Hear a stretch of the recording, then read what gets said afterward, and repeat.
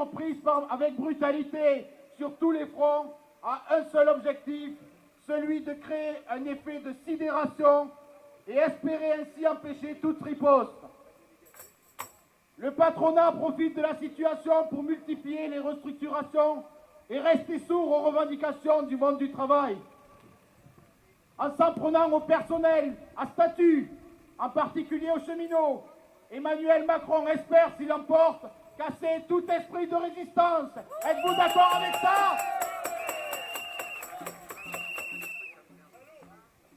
Ce coup de force peut échouer, car les mobilisations se multiplient dans les pays. Le démantèlement du service public ferroviaire pour le Lot est en marche.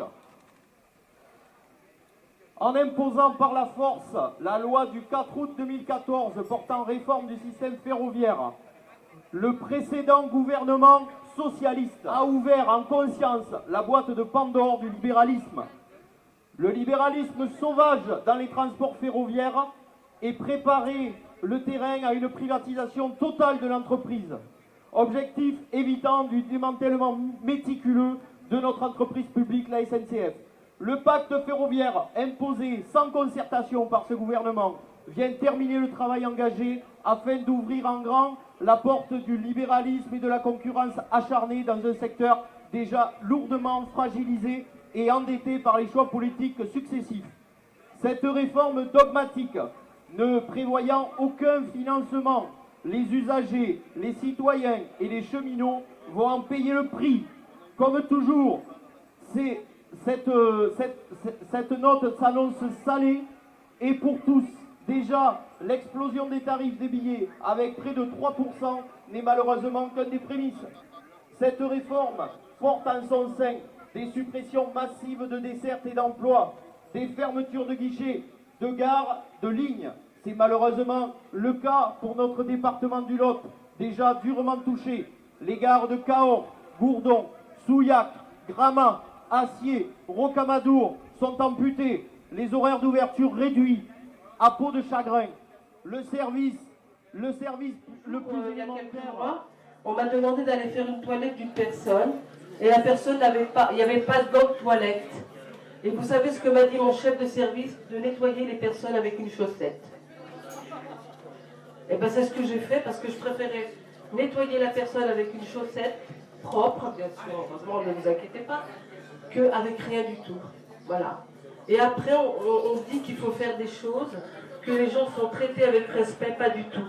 Nous, on nous maltraite, les résidents, et je lutte, c'est pour ça que je suis rentrée dans la France Insoumise, c'est pour aussi faire des témoignages de ce qui se passe dans les maisons de retraite, dans les foyers logements. On travaille, moi j'avais en charge 17 personnes, est-ce que vous pouvez imaginer? On a 17 personnes le matin pour les nettoyer, parce que, excusez-moi du terme, hein, je dis bien nettoyer, hein, parce qu'on n'a pas le temps de leur parler, on n'a pas le temps de prendre du temps pour eux, et on n'a pas le temps de prendre du temps pour nous avec eux. Et je suis révoltée pour ça. Voilà. Et je veux aussi vous parler d'un autre métier que j'exerce depuis un certain temps aussi, dans le social, où j'insère des personnes soi-disant en grande précarité. Voilà. Et bien de plus en plus, ces personnes-là, elles sont de plus en plus en précarité. L'autre jour, une personne est venue me voir dans le bureau, elle m'a dit, voilà Fatima, je n'ai pas de maison, je n'ai pas de logement, j'ai pas de... Et je ne sais pas où aller parce que je ne sais pas quoi faire de ma vie. Je suis rien du tout finalement. Je suis venue te voir parce que pour que tu me donnes une solution. Mais j'ai pas de solution, puisque Macron enlève tout. Enlève tous les dispositifs. Tous les jours, on est désespérés avec mes collègues parce que tous les jours, on reçoit des familles et des gens, des hommes seuls, des femmes avec enfants. Et on n'a pas de solution parce que Macron, de plus en plus, enlève les dispositifs. Les premiers effets du transfert de l'état d'urgence dans la loi, c'est ce qui a été utilisé pour que des CRS arrêtent tous ces jeunes sous le prétexte de présomption d'action violente. Dans le lycée, il y a eu une vitre de cassée, et il faut savoir que la vitre a été cassée par les CRS. Une vitre, oui, extérieure, tout à fait. Il faut savoir que les élèves, il y en avait des mineurs et des majeurs. Bon, les majeurs, les personnes ont eu du mal à les joindre, mais il y a eu des élèves mineurs, les parents ont mis plus de 2 jours à les retrouver. Et il y a quelque chose qui me semble incroyable. Les tribunaux de grande instance qui d'habitude jugent les malfrats, à ce qui paraît, qui sont engorgés. Là, miraculeusement, tous les enfants sont passés devant des tribunaux de grande instance et maintenant, bien entendu, ces jeunes doivent gérer, 1, de ne pas être inscrits à Parcoursup, 2, d'être passés devant des tribunaux de grande instance et 3, maintenant, ils ont tout ce stress pour passer leur bac. Le premier problème, c'est comment est traité le secret bancaire. Que no en todos los paraísos fiscales se trata igual. La législation n'est pas la même partout. A mí uno de los paraísos fiscales más peligrosos me parece Luxemburgo. Pour moi, le plus dangereux des paradis fiscaux, c'est d'abord le Luxembourg. Luxemburgo está en el centro, en el corazón de Europa. Qui se trouve situé au cœur de l'Europe. Y es la sede de muchos fondos de inversión que nosotros en España llamamos fondos buitre. Et qui est le siège de nombreux fonds d'investissement qu'on appelle en Espagne les fonds vautours. Estos fondos buitre operan siempre desde Luxemburgo, amparados en su sistema de secreto bancario y en su sistema fiscal. Ils y ont tous installé leur système et il y est protégé là-bas. Y han comprado en España gran cantidad de inmuebles, de casas, de las personas que habían sido desahuciadas. Et par exemple, en Espagne, ils sont venus acheter toutes les maisons des gens qui avaient été jetés à la rue suite à la crise immobilière. Estas empresas nunca tienen sedes ni en Francia, ni en España, ni en Italia, ni en Inglaterra, solo en Luxemburgo. Et ils n'ont pas de siège, ces grands fonds, en Espagne, ou en Italie, ou en France. Non, ils sont tous au Luxembourg. Depuis des années, à chaque élection européenne, on nous sort le même discours qui est de dire on va maintenant faire une Europe sociale si on arrive à avoir le pouvoir, et on sait que ça n'est pas vrai. Les instances européennes ont été fabriquées dès le début par des traités qui visent à imposer le néolibéralisme, la diminution des dépenses publiques et des services publics. Nous ne ferons pas une politique de gauche avec une instance pareille, même si nous arrivions au pouvoir au niveau du Parlement européen. Je prends un seul exemple. Au moment de la signature du traité de Lisbonne, qui a sacrifié des éléments comme l'éducation, comme l'électricité, comme les retraites, et la retraite à 60 ans à ce moment-là, il y avait 12 ou 13 gouvernements dits de gauche, socialistes ou sociodémocrates en Europe, sur les 15.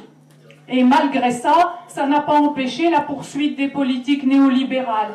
Donc je crois qu'on ne peut pas continuer à mentir aux électeurs et encore plus aux militants au niveau des élections européennes, et que si un jour on arrive au pouvoir, il faudra avoir le courage de renverser tous ces traités européens et de mettre un grand coup de pied dans la fourmilière à ce niveau-là, sinon aucune politique de gauche ne sera possible.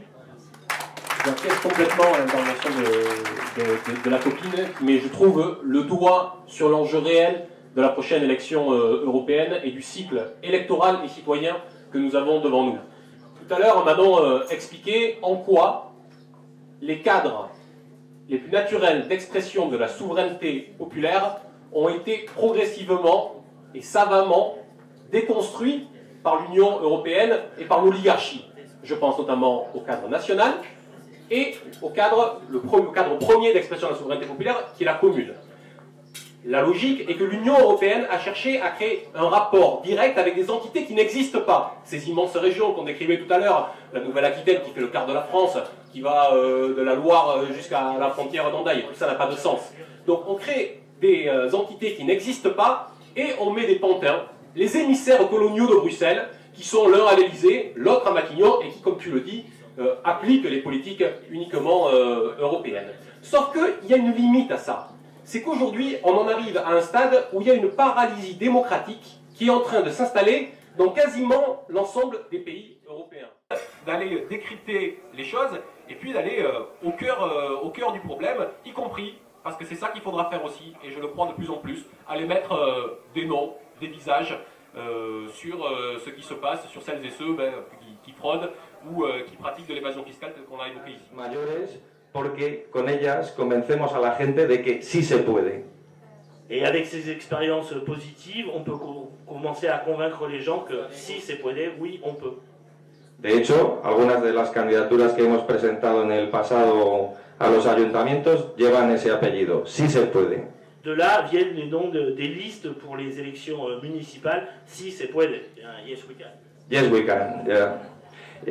Así que para finalizar, pues el último mensaje que me gustaría dejaros, porque creo que es el más importante, Et le dernier message qui me semble important que je vous laisse, es que no podemos permitir que la derecha nos robe los éxitos y nos robe a la clase obrera. Jouer des riches quand on n'a pas le sou. Faut vous dire, monsieur, que ces gens-là ont plus dans les yeux. On ne vit pas. On triche. On triche. On triche. On triche.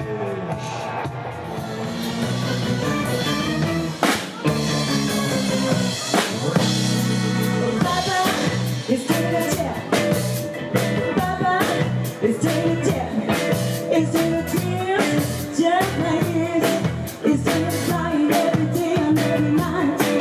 Baby, like a boomerang.